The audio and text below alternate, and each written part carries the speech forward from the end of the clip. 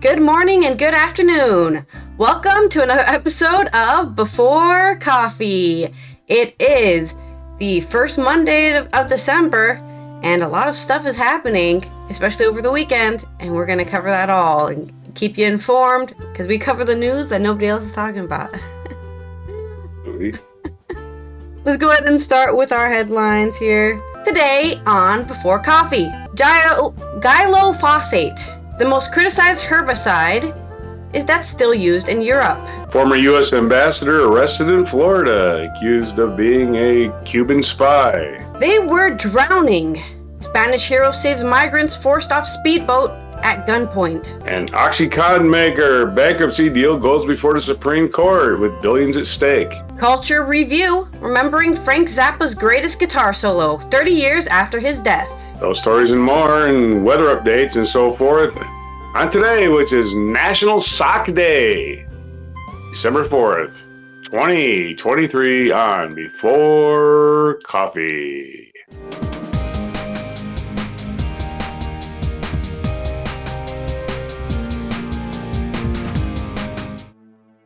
All right, let's look at our first news story here by Glyphosate.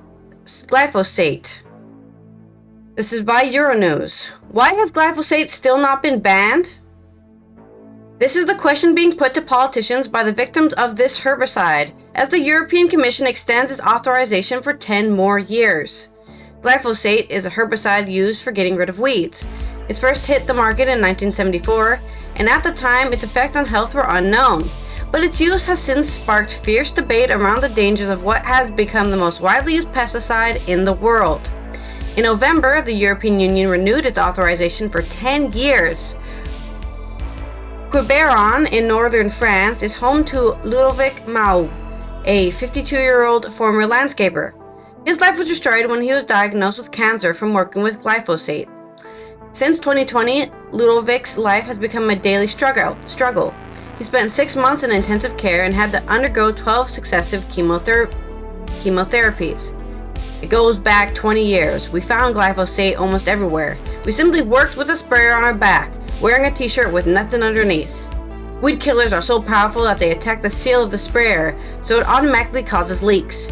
In fact, our backs are often soaked, Ludovic explained, adding, "When I got sick, I didn't really make the connection with glyphosate.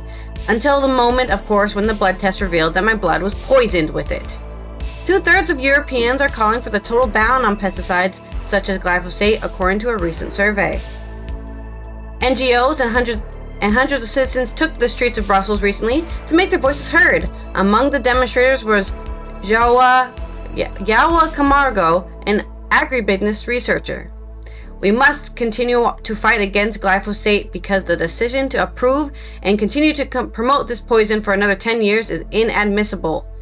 It's a health issue, an agricultural issue, and a future issue. We must prevent this poison from continuing to be spread," he said. The pesticide lobby, do we know the full extent of the danger posed? Ludovic no longer has strength to sue the agrochemical firm, Monsanto. Why is it always Monsanto? They've been being evil since the 90s. Well, I guess since the 80s when this guy was doing work. Ludovic no longer has the strength to sue the agricultural firm, which produces glyphosate-based herbicides. However, today many lawsuits have been won around the world against the giant German firm Bayer, which bought Monsanto in 2018. Okay, interesting. Didn't know they merged with another evil company. Francois Lafroug is a lawyer who specializes in these issues. He was first to be able to make the link between the pathology of his clients and the use of herbicides and pesticides. It was he who won the first case against Monsanto. "We are facing a real pesticide lobby trying to hide the danger of pesticides so they can continue to used by farmers and their employees," he added. This lobby interviews at all levels. It first intervenes at the European level when active substances are approved. The studies which were taken into account for this renewal of approval are not conclusive, and above all, the studies which have been taken into account which show the dangerousness of these active substances were excluded for wrong reasons by the European authorities, Francois Lafroug argued. In the European Parliament, we met with Gilles Leberton, an MEP from the French far-right party La Rassemblement National, which is in favor of renewing the approval of glyphosate, but for a period of limited to 5 years. He recognizes the harm of glyphosate can cause. We asked if it's possible to put economic interests ahead of the public health. For me, that's not exactly how the problem arises, he replied.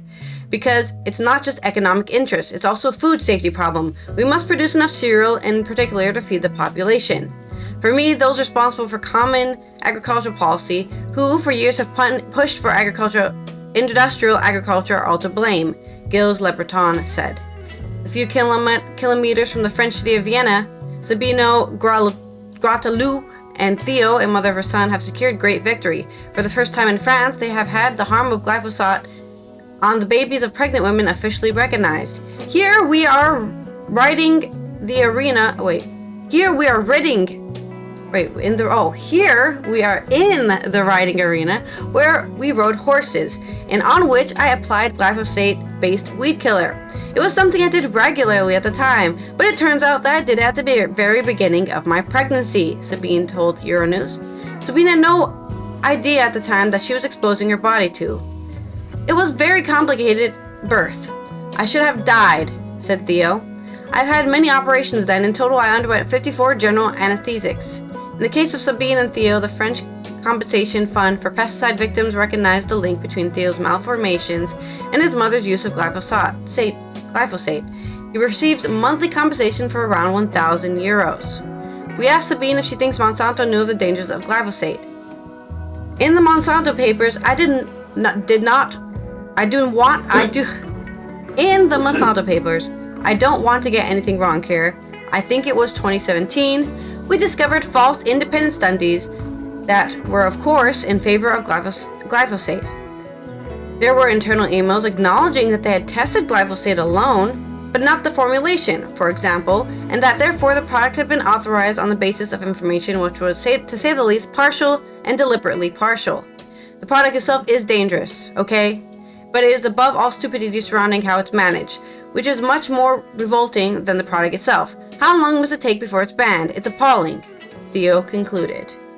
So yet again, humans hate plants so much that they kill themselves for it. I don't know why people just don't go out there. It's like, oh, but it's so much extra work to pull weeds. Then don't open a farm. I don't know what to tell you, dude. Humans can only avoid hard labor so much until they start killing themselves like this with weed killers. It's just not worth it. I don't have time to pull weeds. Hire somebody to do it for you.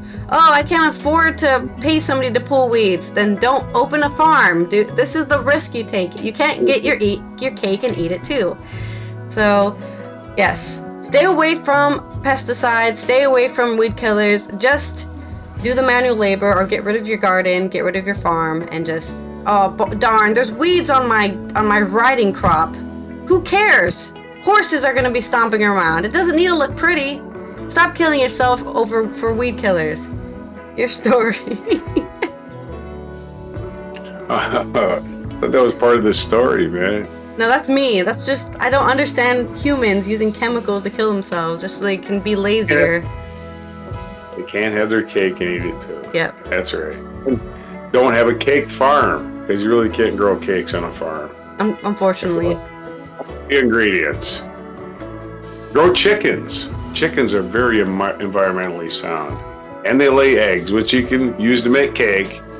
And you can eat your cake and then make another cake. That way, you have a cake and you've eaten one. So you can have a cake and eat it too. Destroyed that metaphor. In espionage news, this is from AP. Former U.S. ambassador arrested in Florida. Former American diplomat who served as U.S. ambassador to Bolivia has been arrested in a long-running FBI counterintelligence investigation, accused of secretly serving as an agent of Cuba's government, the Associated Press has learned. Manuel Rocha, 73, was arrested in Miami on Friday. A criminal complaint and more details about a case are expected to be made public in a court appearance Monday. Said two people who spoke to the AP on condition of anonymity because they were not authorized to discuss an ongoing federal investigation. One of the people said a Justice Department case accuses Rocha of working to promote the Cuban government's interests. Federal law requires people doing the political bidding of a foreign government or entity inside the U.S. to register with the Justice Department, which in recent years has stepped up its criminal enforcement of illicit foreign lobbying. The Justice Department declined to comment. It was not immediately clear if Rocha had a lawyer, and a law firm where previously worked said it was not representing him. His wife hung up when contacted by the AP. Rocha's 25-year diplomatic career was spent under both Democratic and Republican administrations. Much of it was in Latin America during the Cold War, a period of sometimes heavy-handed U.S. political and military policies. His diplomatic postings included a stint at the U.S. Interest Section in Cuba during a time when the U.S. lacked full diplomatic relations with Fidel Castro's communist government. Born in Colombia, Rocha was raised in a working-class home in New York City and went on to obtain a succession of liberal arts degrees from Yale, Harvard, and Georgetown before joining the Foreign Service in 1981. He was a top U.S. diplomat in Argentina between 1997 and 2000 as a decade-long currency stabilization program backed by Washington was unraveling under the weight of huge foreign debt and stagnant growth, triggering a political crisis that would see the South American country cycle through 5 presidents in 2 weeks.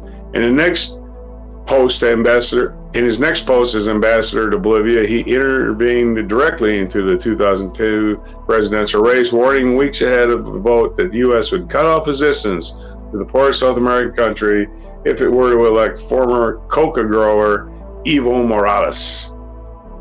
I want to remind the Bolivian electorate that if we vote for those who want Bolivia to return to exporting cocaine, that will seriously jeopardize the future of aid to Bolivia and the United States. It's like, but yeah, we like growing cocaine. It makes us money. Why do we have to stop doing it? Anyway, the gambit angered Bolivians and gave Morales a last-minute boost. When he was finally elected 3 years later, the leftist leader expelled Rocha's successor as chief of the diplomatic mission for inciting civil war. Yeah, that's kind of stupid. Telling countries they can't grow the crop that makes them all the money. But so he's been arrested for being a foreign agent. So there you go. He's working for the Cubans, allegedly. Back to you. I can't hear you, but back to you. Allegedly, he's working for the Cubans, and I guess we'll find out if he really is. Someday. Someday. Did you get my video? Your video? Yeah. I'm looking at it now. That was a quick story, so I didn't have any chance to do anything with it. I could have gone longer, but, It's fine. Alright, our next story is going to be from Uranos, because that's who I used, and it's going to be about migrants. That's right. I am pro-migrant, pro-immigrant. I think people should be allowed to go wherever they want, as long as they're there to do something, and not, I guess, to be spies and criminals and, I don't know, terrorists, whatever. The majority of people who are migrants aren't interested in anything but living. This is from Laura Locke, Uranos. It took Javier Gonzalez a minute to reach the migrants who had been forced from the speedboat off the Spanish coast, but by the time he got there, one of them had already died. Javier Gonzalez and his crew were filming a promotional video on the beach at Sancti Petri on the Spanish coast of Andalusia when they spotted a speedboat approaching the shore with more than 20 people on board. Although the image was not unusual for Gonzalez, as this beach is a hot spot for drug traffickers or incoming boats, what the Spaniard saw this time made his blood run cold. The 27 North African migrants on the boat were being thrown into the water one by one in the middle of a storm. There was a strong current. They didn't know how to swim, and they had a lot of clothes on. They were swimming against the current and drowning, Gonzalez said, who was at the beach because he runs the Nauticus Goody Surf School on the same beach. The sea current pushed them to the bottom, he added. When all the migrants on the boat were thrown about 50 meters from the shore, the boat turned and fled. It was then that Gonzalez grabbed a small dinghy and jumped into the sea with his son to save them. It took me about a minute to get into the sea and reach them, and when I did, one of them had already drowned. Face down, said Gonzalez. We started to get people into the boat, but some of them had white foam coming out of their mouths, he added. The rest of the team, who had stayed ashore because they were unfamiliar with the area and the currents, called the emergency services and the police. According to the Spanish police, the boat's occupants left Morocco in groups of up to 40 people who were abandoned at sea in different parts of the Andalusian coast. Of the 27 who jumped into this dangerous part of the sea, only 8 made it to the beach. 4 died the same day and more may be missing. The Spanish police are investigating. As many of the migrants on the boats were reluctant to jump into the water because they could not swim, and the boat could not get any closer to the shore without running aground, the smugglers used violence to scare them away. One of the boys told us that they threatened him with a gun to make him jump. I saw the others being pushed because they refused to jump, says Gonzalez. Once he had rescued them and they had reached the shore, the team members began resuscitating the migrants themselves, keeping them warm with their clothes while they waited for emergency services. Desperate, they did not know what they could do until the professionals arrived. Protocol was terrible. The Red Cross took 20 minutes to arrive, the Spanish police took half an hour, and only then did the ambulance arrive. The Maritime Rescue Service didn't even show up. Huh? What is that? Moroccans? Nah, just call the ambulance. Click. Fucking useless rescue services. Many wonder what would have happened if the heroic group had not been there to save them. There were 3 or 4 who had very bad conditions. Others were suffering from hypothermia, he adds. Initial investigations suggest the boat was crewed by 4 people, 2 Spaniards and 2 Moroccans. See, like, smugglers are smugglers, dude. Doesn't matter where they come from. You know, they're gonna be your neighbor and they're gonna be somebody you don't across the ocean. Who gives a shit? They're smugglers. And they only exist because you give them a reason to smuggle something. It's also believed that the migrants paid up to 5,000 euros each for the trip. Following the incident, the National Police has launched an investigation into the deaths, and members of the Judicial Police and Forensic Police Brigades are working in the area. If they're going to pay 5,000 euros to get smuggled, you should just offer them a temporary visa for 5,000 euros, and all that money will be going to your government. There you go. There's a solution. If they're going to be paying 5,000 each to get smuggled, I guess that will just cause the prices to go up for the smugglers, I guess. If you match the smugglers on their pricing, right? It's just economics. They will have to lower their prices until it's so cheap that they won't even want to be smugglers anymore because the risk won't be worth it. Okay? Following the incident, the National Police have launched an investigation into the deaths. A number of Judicial Police and Forensic Police Brigades are working in the area. Nevertheless, Gonzalez complains that the area is known to be a hot spot for traffickers, and yet the authorities do little to prevent this type of situation. If we hadn't been there, I'm not a professional. I shouldn't know how to help. The Maritime Service should have been there, he said. Although the Spanish Canary Islands are the center of irregular immigration and accounting for 70% of disembarkations, arrivals on the Iberian Peninsula continue on. According to Andalusian Human Rights Association, the distance between Spain and Africa is just 14 kilometers, and although this migratory route cannot be compared to the Canary Islands, around 800 people have arrived in the area so far in 2023. 9 people have also died on the coast of Cadiz, which includes Sancti Petri Beach. So, yep, like I said, it's unfortunate, and if governments just stop trying to stop people from migrating, and also just put the smugglers in competition with each other, like, you know, if they put themselves in competition with smugglers wouldn't be able to do it because they wouldn't be able to afford it anymore. So there you go. More news about that. Your story. All right. Well, we have news briefs today. We're going to cover several stories in rapid fire fashion. Our first story: George Santos.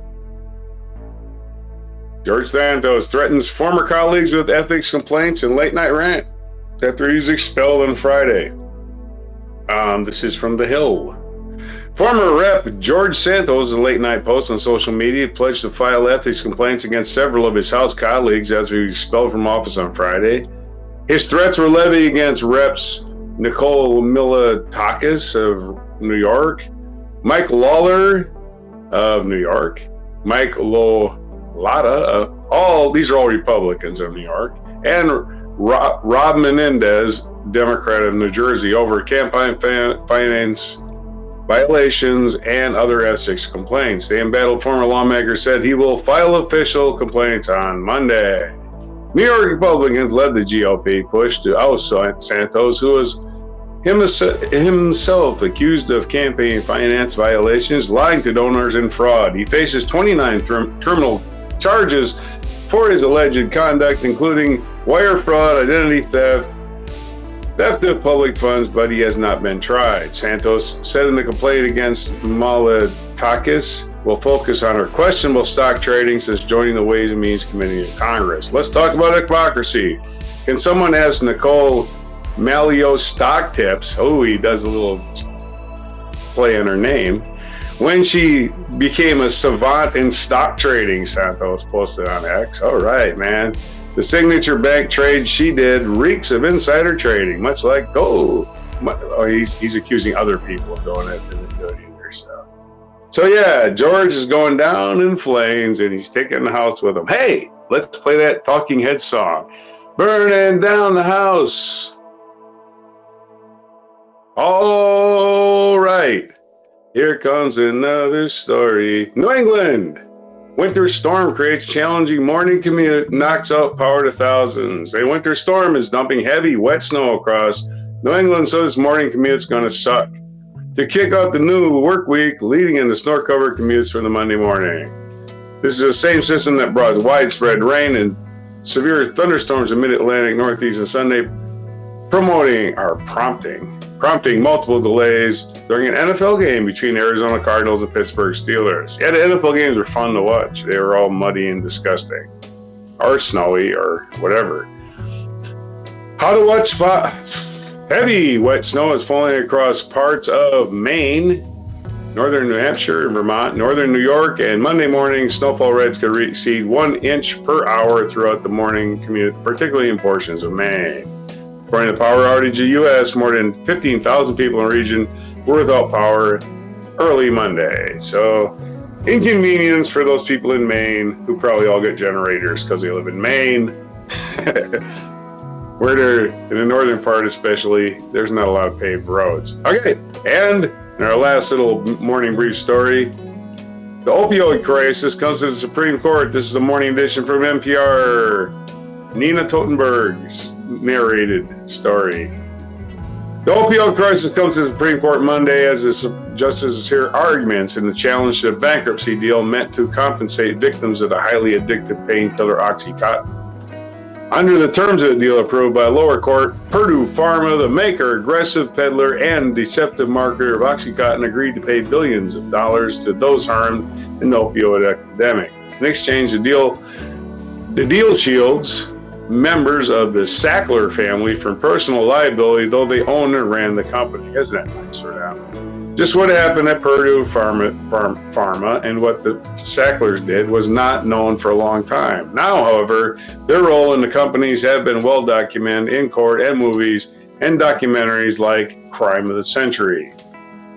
Within the last 20 years, more than 500,000 Americans have been killed by overdoses, the documentary, it's a common word, documentary recounts. This was a new drug cartel. They were drug dealers wearing suits and lab coats. By 2020, Purdue Pharma pleaded guilty to the 3 criminal charges. The company agreed that it owed $8 billion in criminal and civil fines, most of it paid to state and local governments handling the fallout of the opioid crisis. What'd they do with it? They wasted it. Most of the money was conditioned on the company reaching a deal with bankruptcy court that would reimburse victims of the opioid epidemic, including those state and local governments as well as individuals who were harmed. The deal is the center of Monday's case because it releases the Sacklers from personal liability, despite the fact that all 3 of the original Sackler brothers who bought Purdue and ultimately developed Oxycontin were doctors, and 6 Sacklers sat on the board of the company, including the chairman, Richard Sackler, who's closely directed. Under the original bankruptcy deal with the company, the Sacklers kicked in $4 billion to be divided among the state and local governments and the others, but at the same time, the Sackler family members were released from any further liability.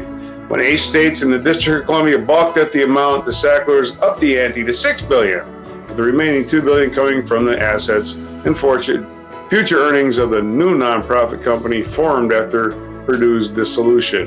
After the Sacklers increased their contribution to $6 billion, rejecting states withdrew their opposition, and 95% of the state, local, and tribal governments, as well as the groups of individuals, voted to approve the settlement. But United States Trustee William Harrington, who oversaw the bankruptcy cases in New York, Connecticut, and Vermont, objected to the deal,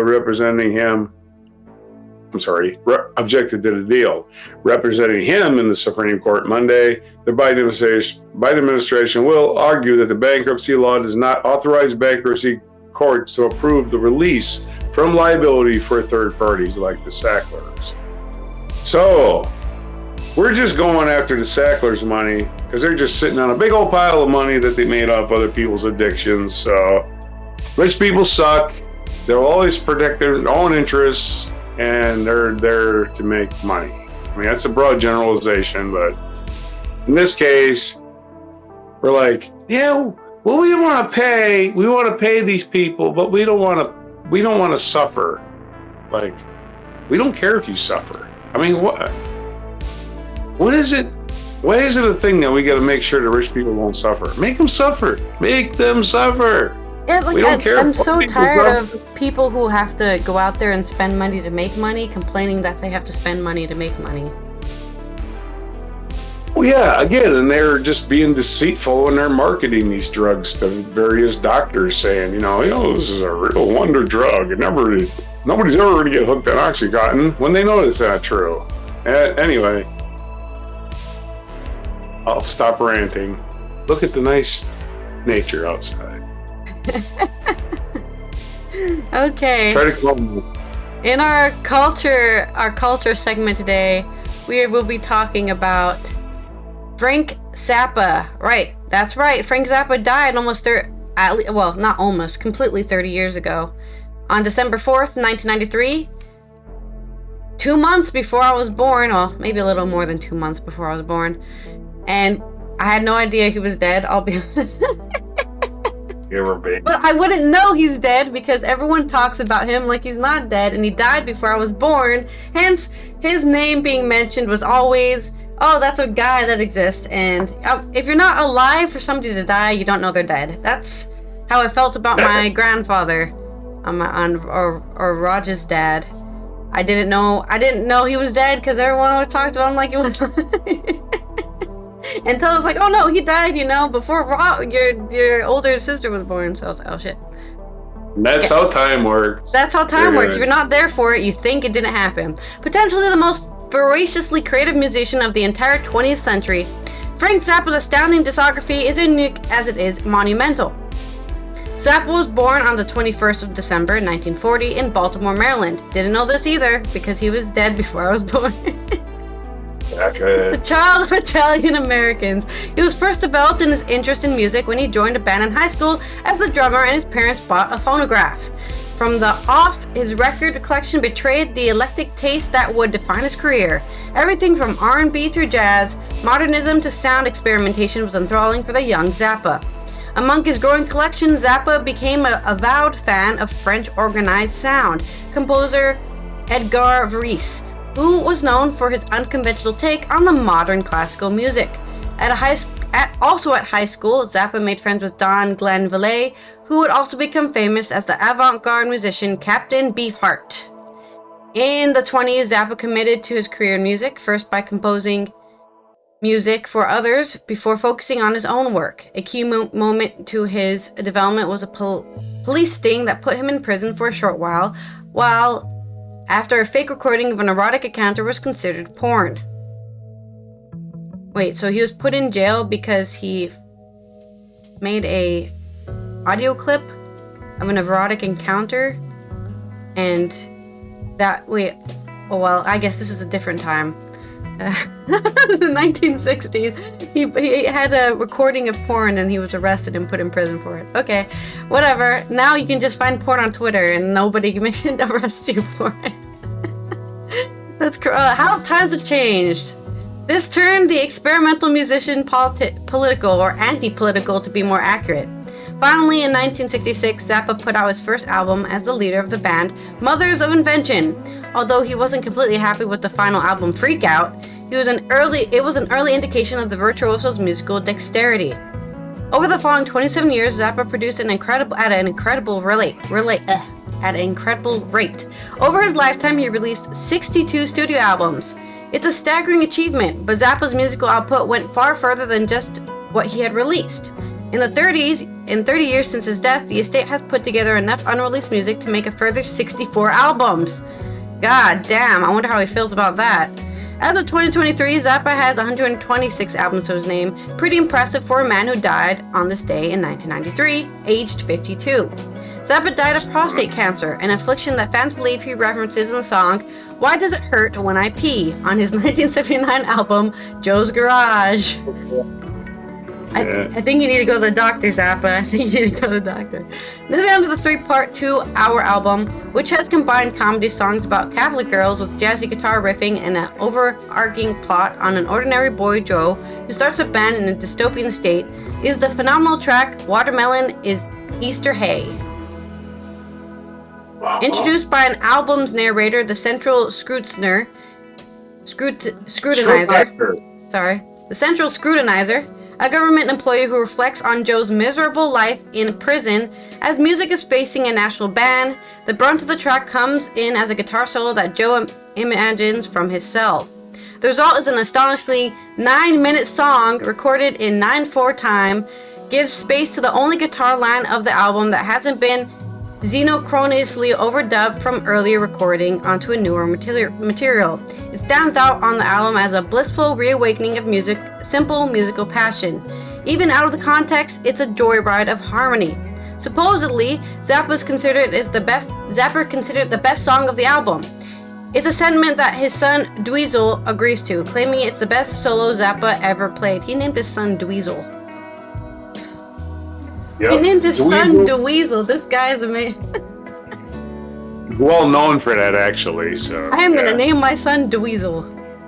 His son is actually quite well known. So I wish I knew this before I played this, because I think I would have loved to actually download the track. I guess this is the whole. Maybe I can play it in the background.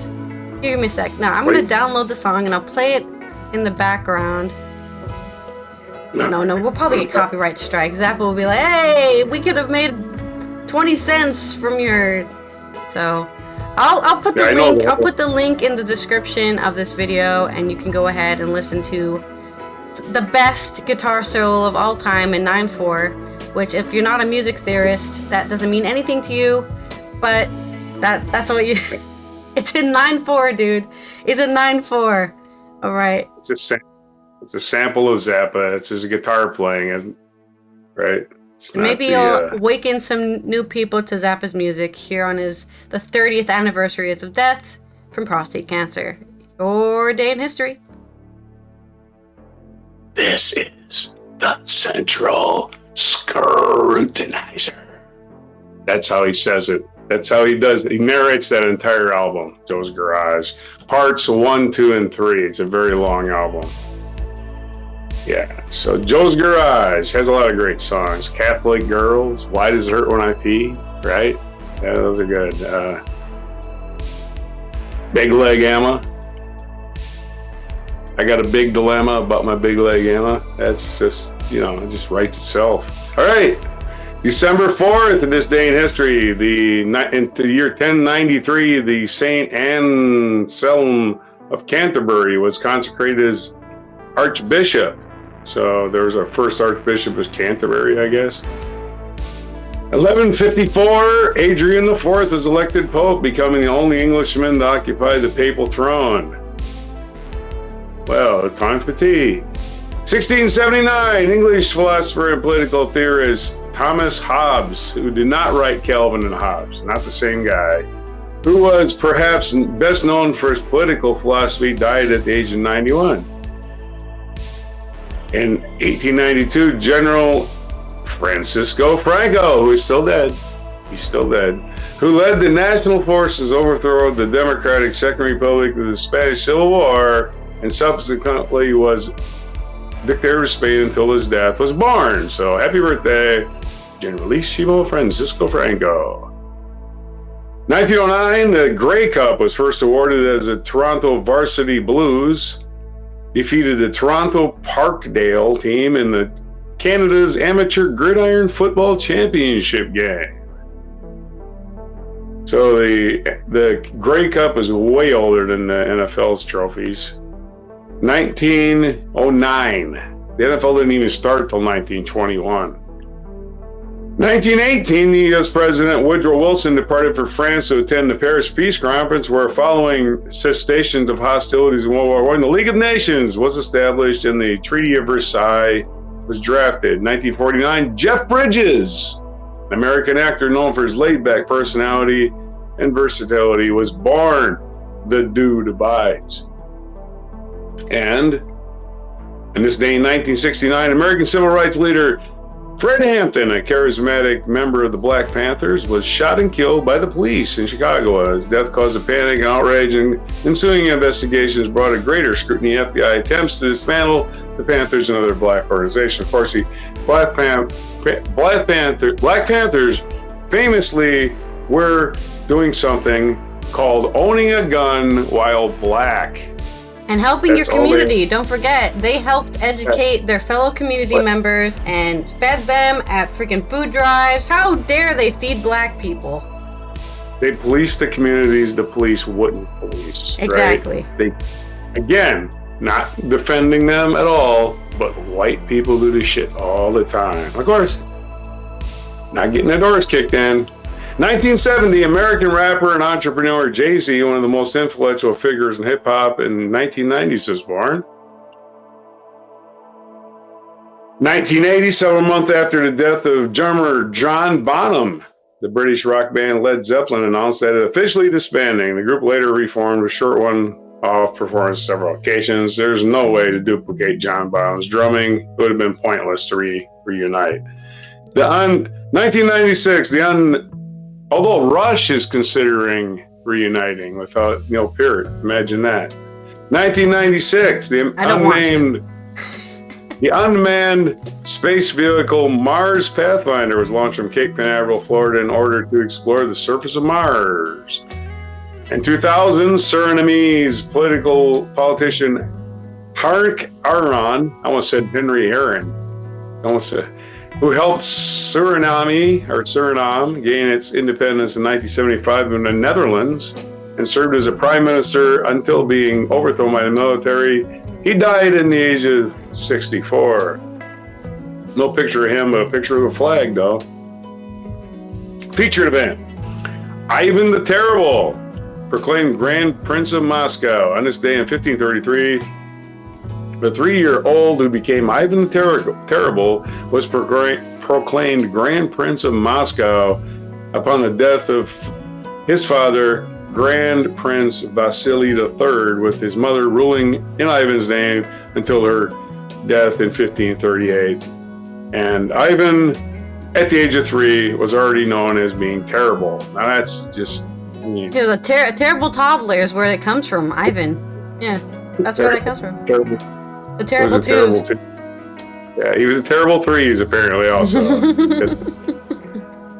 The Ivan, the really obnoxious little shit. Wait a minute, it's too long. Ivan the imbecile. No. Okay, other birthdays today. Albert Bandura, American psychologist, is born in 1925. We did Jay-Z, we did Jeff Bridges, we did Francisco Franco. Tyra Banks is born in 1973. So happy birthday, Tyra Banks, turning 50 today. Oh my. Still looking good. Black doesn't crack, as they say. I know, I just rolled over next to her in bed, and she looks great. Okay. Look great. I'm just saying that because people say celebrity looks good when they're just like, how do you know they look good? Yeah, she has 15 filters on her pictures and Photoshop. Oh, yeah. Probably has to sleep with a sock over her face. That's not even her skin. Wassily Kandinsky is our feature biography. Russian-born artist, born on December 16th, 1866. Died, I'm not exactly sure. Died in December 16th and was born. None of these days are It's December. December. I guess. It's December 4th. They're both December, but the details just oddly represented today. There you go. Well, and the art, I gotta say, I could probably paint that if I was drunk and I fell down. It just doesn't look that great to me. Sorry. I'm not an art critic, but what the hell is that? Anyway. Sorry. It's I'm not even an your art critic, but what the hell is that? It's not even your birthday. And we're celebrating your stuff. Looks like something a kid could make. Sorry. National Cookie Day today, December 4th. It's also National Dice Day and National Sock Day. So put some dice in a sock. Odd combination. And it's Wildlife Conservation Day and International Cheetah Day. So do not be cheating at dice. That's cheetah, the animal, not cheetah, the guy who's cheating at dice. Not a National Dice Day. Somebody will cut off your hand. Cabernet Franc Day. Cabernet Franc Day. Franc. I think it's pronounced Franc. Cabernet Franc Day and Santa's List Day. This is the day Santa makes his list. Oh, just shit. In case you... Yep. I'm not sure why he's waiting. 4th, he's a procrastinator. What can I say? It's the first Monday, I guess. He's like, it's a work day. That's it for Before Coffee for November 23rd, 2023. Back to you. All right, and this is Allison here from the Netherlands telling you that you don't want to walk in some black ice, so watch yourself, because I heard it was snowing everywhere, and it's snowing here too, and it hasn't snowed here in a long time. Like 2 or 3 years it hasn't actually snowed. I'd say it's snowing here. It's icing here. It's snowing more south down the country, but here it's just ice. Blizzard in Munich, I see. All the planes were canceled in Munich. So stay safe out there. Don't cheat at dice. Wear socks to keep your feet warm so you don't get hypothermia. And we will see you tomorrow for Good News Tuesday. Here is your mic drop moment. I remember to switch to it.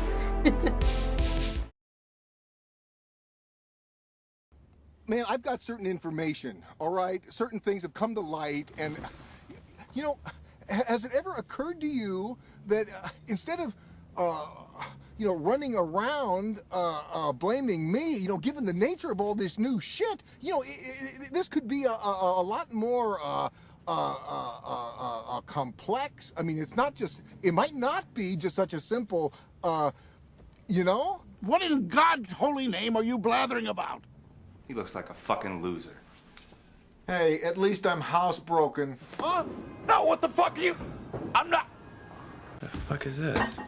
Obviously, you're not a golfer. He peed on the dude's rug. Donnie, you're out of your element. Over the line! This is what happens when you fuck a stranger in the ass! Shouldn't hear, What the fuck is he talking My about? rug. Forget it, Donnie, you're out of your element. I'll suck your cock for $1,000. I am not Mr. Lebowski. You're Mr. Lebowski. I'm the dude. So that's what you call me, that or his dudeness or duder or, El Duderino if you're not into the whole brevity thing. But Walter. Hell, I'd get you towed by 3 o'clock this afternoon with nail polish. Nobody fucks with the Jesus. Mr. Treehorn treats objects like women, man. Saturday, Donnie, is Shabbos, the Jewish day of rest. That means I don't work. I don't drive a car. I don't fucking ride in a car. I don't handle money. I don't turn on the oven. And I sure as shit don't fucking roll! Do you see what happens, Larry, when you fuck a stranger in the ass? Isn't that what makes a man? Sure, that and a pair of testicles. Ow! Fucking fascist! You human paraquat! Here's the fucking money, shithead! It's down there somewhere. Let me take another look. Life does not stop and start at your convenience, you miserable piece of shit. Shut the fuck up, Donnie. Donnie, shut the fuck up. When do we play? Shut the fuck up, Donnie. Shut the fuck up! Donnie. Shut the fuck up, Donnie. Shut the fuck up, Donnie! This guy peed on it. Donnie, please. Vagina.